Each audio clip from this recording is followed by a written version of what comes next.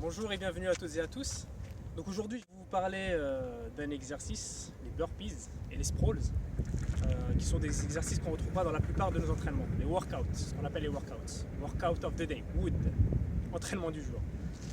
Donc la différence entre les burpees et les sprawls, elle est simple, c'est que les sprawls sont un exercice intermédiaire, donc un peu plus facile que les burpees, dans lequel on ne fera tout simplement pas la pompe, chose qu'on fera au niveau des burpees. Pour la petite histoire, les burpees sont en fait un exercice utilisé dans le cadre militaire pour évaluer les aptitudes des soldats. Donc ça montre que c'est vraiment un exercice plus ou moins intense, compliqué, qui demande une certaine endurance et une certaine résistance. Mais qui dit effort dit résultat. Et les résultats que vous aurez à partir des burpees est que vous allez perdre vraiment du poids, l'excès de masse graisseuse que vous pouvez avoir et tonifier votre corps, mais également développer votre masse musculaire. Donc c'est vraiment non négligeable et ça permet de travailler tout le corps. Ce qu'on va voir aujourd'hui, donc c'est le mouvement en soi. On va le décomposer de manière à ce que vous puissiez le faire de la meilleure des façons. Ce qu'il faut savoir, c'est que ce sont des exercices qui sont quand même assez choquants, violents pour le corps. Car c'est des exercices très dynamiques, très rapides, on change de position assez rapidement et donc voilà, le corps peut être un peu perturbé. Donc nous, ce qu'on va faire, c'est qu'on préserve quand même notre corps pour éviter les blessures et pour cela, on va le décomposer. Donc les burpees sont un exercice qu'on va pouvoir décomposer en 8 mouvements à peu près pour vraiment voir l'exercice de façon complète et surtout le faire correctement. Ce qu'il faut faire, c'est préserver ses poignets, ses genoux, son dos et ses chevilles et la tête aussi, comment on va la positionner. Donc la position départ, debout, les bras tendus le long du corps, on va essayer de chercher le sol avec nos mains. On touche le sol avec nos mains pour essayer d'adopter une position de pompe. Donc le mouvement intermédiaire entre la position debout et la position de pompe, c'est qu'on va passer par la position de squat. Donc on garde le dos tendu, on recule un petit peu les fessiers de manière à pouvoir aller chercher le sol avec les mains. Là, je vais me reculer pour que vous puissiez voir le mouvement complet. Position debout, je vais chercher le sol avec mes mains. Je ne plaque pas les mains contre le sol. Je vais les chercher tranquillement. Tout en Attention la cherchant la position de squat. Hop, j'envoie les pieds en arrière pour essayer d'adopter une position de pompe. Pompe. Ma tête, mon dos, mes fessiers et mes jambes jusqu'aux chevilles sont alignés. La burpee, comme je l'ai dit tout à l'heure, il y aura une pompe.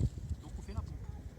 On va chercher le sol avec la poitrine, les coudes fléchis et on remonte pour retrouver la position de pompe. Une fois cet enchaînement fait, on revient à la position initiale, c'est-à-dire la position debout.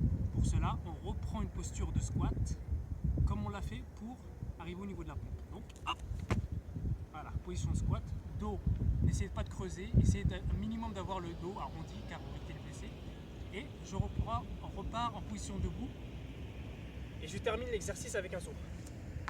Cet exercice, ce saut, vous pouvez le faire soit en ayant les bras tendus le long du corps, soit en cherchant derrière la tête. Donc si j'enchaîne maintenant cet exercice, ça va vous donner ça. Encore. Je le décompose.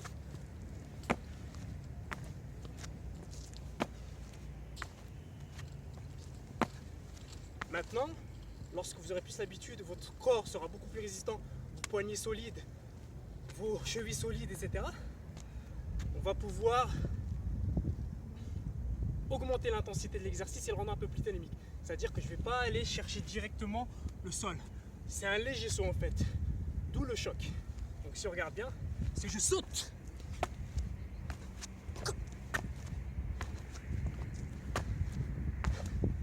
Voilà, pour la sprawl, c'est exactement la même chose que le burpee, si ce n'est qu'on ne fait pas la pompe. Donc les bras, lorsque je serai en position de pompe, je les garde tendus. Et je reviens en position de squat. Donc si je le décompose, je vais chercher le sol, j'envoie mes jambes, mes pieds en arrière, et je garde les bras tendus. Je ne fais pas la pompe. Je reviens en position de squat, et je saute.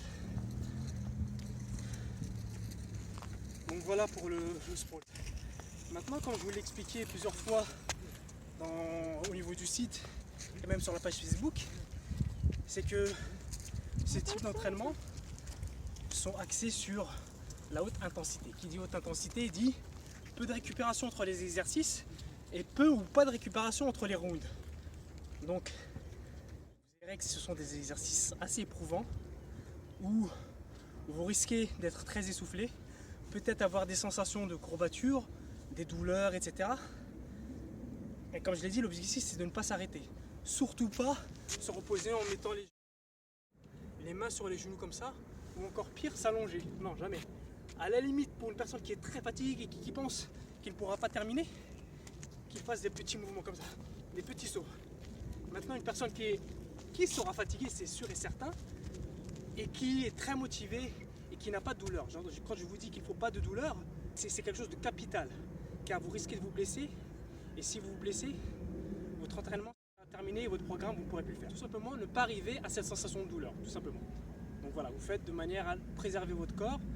Maintenant, c'est sûr que vous serez essoufflé, fatigué, peut-être des courbatures. Quand je parle de courbatures, ce n'est pas nécessairement une douleur articulaire. Moi, je parle plus douleur articulaire où vous sentez que si vous faites encore une fois l'exercice, vous allez être paralysé ou autre. Donc, vous arrêtez absolument à ce moment-là.